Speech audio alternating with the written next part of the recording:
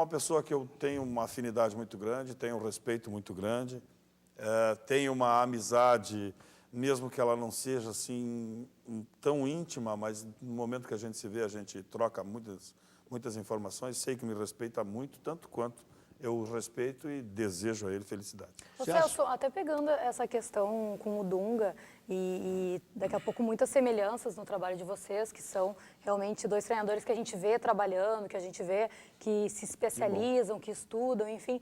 Mas também daqui a pouco a gente pode traçar um paralelo ou não do jeito, da personalidade de vocês. E aí eu vou dizer, obviamente, um pouco mais relacionado à imprensa. E eu queria que tu dissesse se tu acha correto ou se tu daqui a pouco até daria algum conselho para o Dunga nesse relacionamento que ele tem com a imprensa, porque eu acho que muitas vezes tu ficou conhecido como carrancudo, mas as pessoas que convivem contigo diariamente, e aí eu posso até me incluir como setorista, sabem que tu não é assim. Então, daqui a pouco tem uma imagem que externamente ela aparece, mas que ela não é verdadeira. E acho que o Dunga, ele também sofre um pouco com isso, e diria que até mais que tu, porque o Dunga, acho que ele vai mais pro embate. Né? É mais novo, vai demorar um pouquinho. Eu já não tenho mais. Eu vou te citar uma coisa. Antes do Dunga sair, antes do Campeonato Mundial, onde ele teve a derrota para a Holanda, eu várias vezes disse para ele, não faça isso, não dá uma de Celso Roth. Porque não vai te levar a nada. Sério, estou falando sério. Mas é difícil, as pessoas têm que passar pelos caminhos que elas escolhem. Né? Eu acho que ele teve um aprendizado muito grande, eu não falei com ele agora quando ele foi escolhido de novo.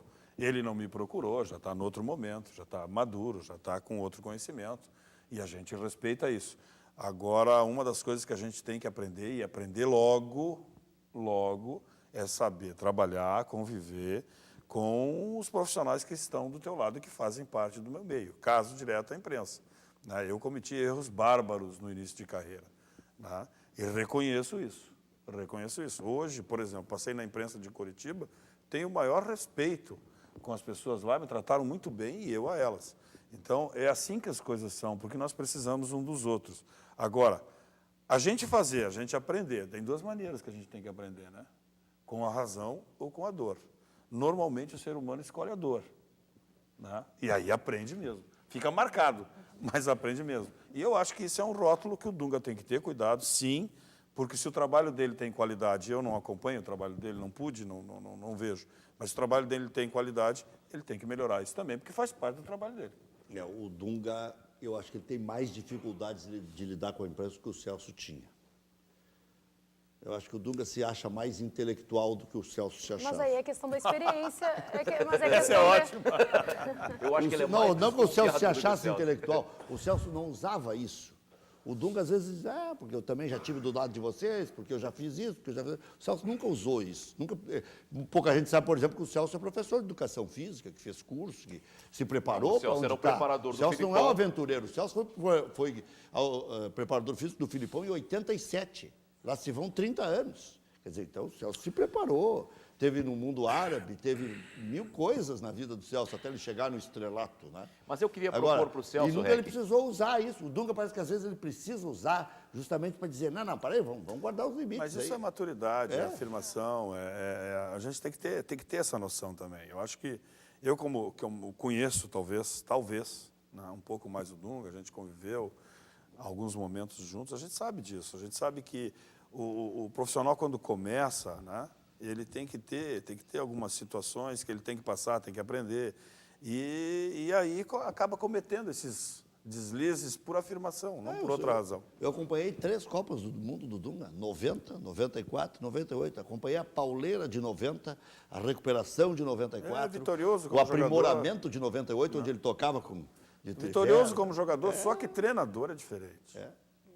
Treinador é diferente. Eu ouço muitas coisas, mas o fulano de tal assume e vira presidente do clube. Não é isso.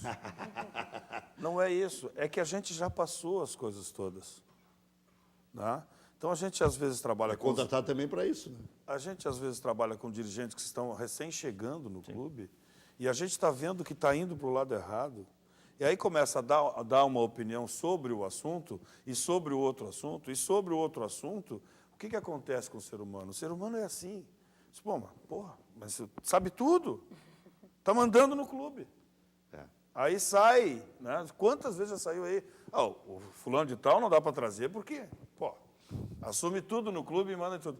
Mas não é porque a gente queira, é porque a gente sabe. E às vezes essa maturidade também acaba prejudicando. Vamos falar do jogo do Internacional, Zé. Depois a gente retoma com o Zé. Não, Tatã. Você pode. Hoje é o convidado central, o Celso Rotti. O jogo não era pela Copa do Brasil. E o adversário não era o Ceará. Mas a péssima atuação contra o Bahia acarretou a derrota de 2-0 e deixou o Internacional numa situação muito complicada, também na Sul-Americana.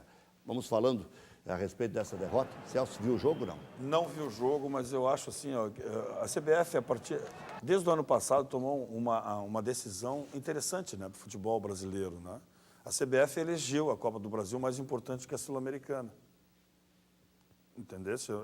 É interessante isso. E também, os clubes que dizem, eu prefiro a Sul-Americana à Copa do Brasil, não é uma verdade, né? É uma coisa assim que a gente tem que ter muito cuidado com isso, né? Todo mundo gostaria de estar na competição que tem mais valor. E o Internacional fez essa escolha, e infelizmente, e aí tem algumas coisas, e eu acho graça disso, né? Com o time misto, com o time reserva. O que tinha de time reserva esse time do Internacional? Não. Contra o Bahia, o Inter era bem forte. O REC e vocês todos, nós não podemos dizer que o D'Alessandro é meio time do Internacional. O D'Alessandro é um jogador muito importante e se o Internacional tiver esse tipo de colocação, aí nós temos que nos questionar, né? Que é isso? A grandeza do clube? Por favor. Eu acho que a gente diz no sentido figurado com o D'Alessandro, ele é um jogador importante e decisivo. Celso, esse gol aí, do Lucas, de cabeça. Esse gol do Lucas no primeiro pau é uma coisa assim que já deve ter sido trabalhada muito no Internacional e levou o gol por falta de atenção. Aí segunda bola no poste ainda haveria uma terceira, que é do Wellington Paulista.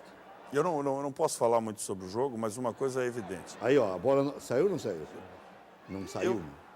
Eu acho que não saiu toda. Ficou eu acho que não saiu toda. Fiapo sobre a linha. E se não saiu toda, é válida, né? É gol. E foi O que me pareceu, Celso, que nesse jogo o Inter nominalmente estava forte, mas o espírito era de amistoso. Mas e aí?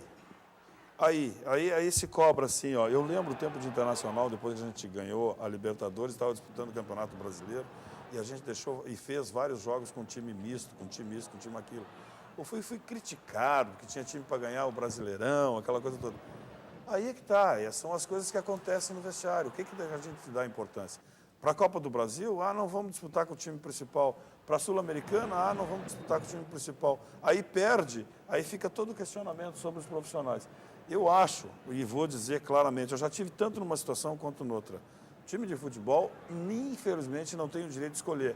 Tem que jogar bem sempre e ganhar sempre. E botar os melhores sempre, não tem que poupar ninguém, ganha-se bem, se trabalha para isso. Óbvio, está sentindo alguma coisa, está com algum problema, aí sim, preserva, porque é importante na sequência. Mas se não, tem que jogar. Já vamos ver o Grêmio de cara aí. O Grêmio também patinou contra o Santos pela Copa do Brasil. Mas aí é diferente, né? Aí a Copa do Brasil o Grêmio estava valorizando. Mas queria ser campeão para ir para a Libertadores. Pois eu acho que essa era a grande aposta da direção do Grêmio e do próprio treinador. E pode ter até mudado o candidato da situação com a derrota. Eu não sei. Eu não sei se o presidente Koff vai ser candidato se não for campeão da Copa do Brasil, que agora está mais difícil, né? E tomou 2-0, tanto quanto o Inter, mas jogou com um espírito de Copa do Mundo, de final de Copa do Mundo. Exatamente, o espírito era outro.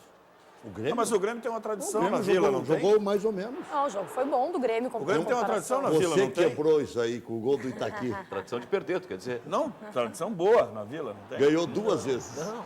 Ganhou um gol do Itaqui, que você era o técnico, e depois ganhou com o gol do Escudeiro. As duas vezes que ganhou na Vila foi por 1-0. 1-0 não dá. Não, mas pode quebrar esse paradigma aí. Tá aí para ser quebrado. É claro. E o Felipe sempre teve esses momentos, né? Quem sabe lá seja mais um. Para cima e para baixo, né? Para cima, principalmente, para baixo, só, né? Que foi fatal, né? Ô Celso, o que se faz quando um time não acerta finalização? Tu sabe que eu estava com esse problema no Coritiba. Então, E não podia falar absolutamente mas nada. agora tu pode. Não posso ainda, em respeito aos profissionais, não posso. Estamos vendo quantas vezes o Grêmio pecou, foi por isso que a crise perguntou. Exatamente. O que se faz? Olha, o que se faz? Se treina, mas aí é óbvio, né? Então, o que se faz? Se persiste, mas também é óbvio. Eu acho o seguinte, ó, o futebol tem momentos que ele é fantástico, e por isso é fantástico, é uma profissão terrivelmente enganadora, ela é ilusória, às vezes e o treinamento não está relacionado ao resultado, a gente pode treinar bem e não ter o resultado, a gente não pode treinar nada e ter o resultado, que tem muitos mais exemplos assim do que ao contrário. Né? Então, o que a gente tem e vê no momento é o seguinte, o time trabalha, chega na cara do gol, como foi o Grêmio, e perdeu 3, 4 gols. O gol do menino aí, do Luan, foi incrível. A esperteza, a atitude do jogador do Santos, o Mena, que disputou a Copa do Mundo, de ter tirado aquele gol do jeito que tirou.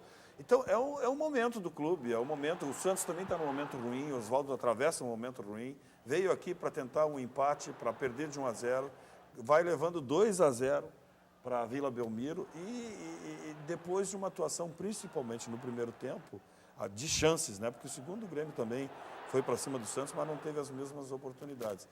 Num primeiro tempo, onde o Grêmio podia ter virado o jogo com 2 ou 3-0, que não estaria nada. E aí vira fora. perdendo. Vira perdendo de 2-0. Então, isso é o imponderável do futebol. Existe uma estatística, eu acho que vocês já leram, devem ter lido, um livro, Os Números do Jogo, que diz o seguinte, 20 anos de pesquisa na Europa, das 4 maiores ligas europeias, tá? A conclusão que esses caras fizeram depois de 20 anos de pesquisa é o seguinte, 50% de um jogo de futebol é o imponderável que decide. O que é o imponderável? É aquilo que aconteceu ontem com o Luan. Ou a bola bate no pau, ou chuta, faz a escolha errada, ou o goleiro tira. Ou seja, às vezes a bola entra por acaso. Às vezes a bola entra por acaso. E também Exatamente não entra por acaso. Que foi aquele E também não entra por acaso. que ali não, o mais provável é sair o gol naquela circunstância. Aquela bola tinha que ter entrado. Tem o lance do Rafael Moura também. Então, tu me pergunta por que a bola não entra. É o imponderável, são as coisas que a gente não explica. Celso, nós tivemos um fato lamentável que a gente tem que recuperar isso aí para que não aconteça mais. O torcedor do Grêmio tem que parar com essa idiotice. Eu senti isso ontem, até porque o Aranha foi... Quinta. Quinta. Não, mas tá bem, é tanto Antes de jogo. ontem. O Aranha foi meu goleiro no Atlético. Eu conheço, eu trouxe o Aranha de um time do interior de São Paulo, tá? Para o Atlético Mineiro. E ele foi meu jogador titular lá, é um menino fantástico, é um matuto do interior. E parece Se machucou com isso. Parece ser uma pessoa que não tem sensibilidade, porque é 1,98 de altura, uma massa. E não é, justamente ao contrário. Ele sentiu e estava falando ontem a verdade. E, infelizmente, ainda acontece. Depois as imagens que a gente viu, então, ficaram piores ainda. Vamos ouvir o que disse o Aranha. A outra vez que a gente veio jogar a Copa do Brasil, estava passando no telão uma campanha contra o racismo. Não é à toa. Não é à toa que estava passando uma campanha no telão contra o racismo. Aí eu estava no gol ali, a torcida xingar, pegar no pé, normal. Mas começaram com palavras racistas. Preto fedido, seu preto, bando de preto, cambada de preto. Até aí eu ainda fiquei nervoso, mas ainda estava me segurando. Aí quando começou um corinho, aquele corinho de macaco, fizeram rápido e pouco, para não dar tempo de filmar. Eu fico nervoso mesmo, desculpa a palavra, fico puto dessas coisas acontecer aqui, mas felizmente não aconteceu nada de mais grave, mas dói. E todo mundo que vem jogar aqui, todo mundo sabe que sempre tem, não são todos, mas sempre tem alguns racistas aqui no meio. Pois é, a terceira vez que já acontece, né? Estava fazendo sinal para o Celso aqui. E aí o Aranha está contabilizando isso, e o TJD também, o STJD. Isso é muito ruim, o torcedor tem que ter consciência. Aliás, quero cumprimentar aqui, Zé Aldo, Cris, Celso, a torcida jovem.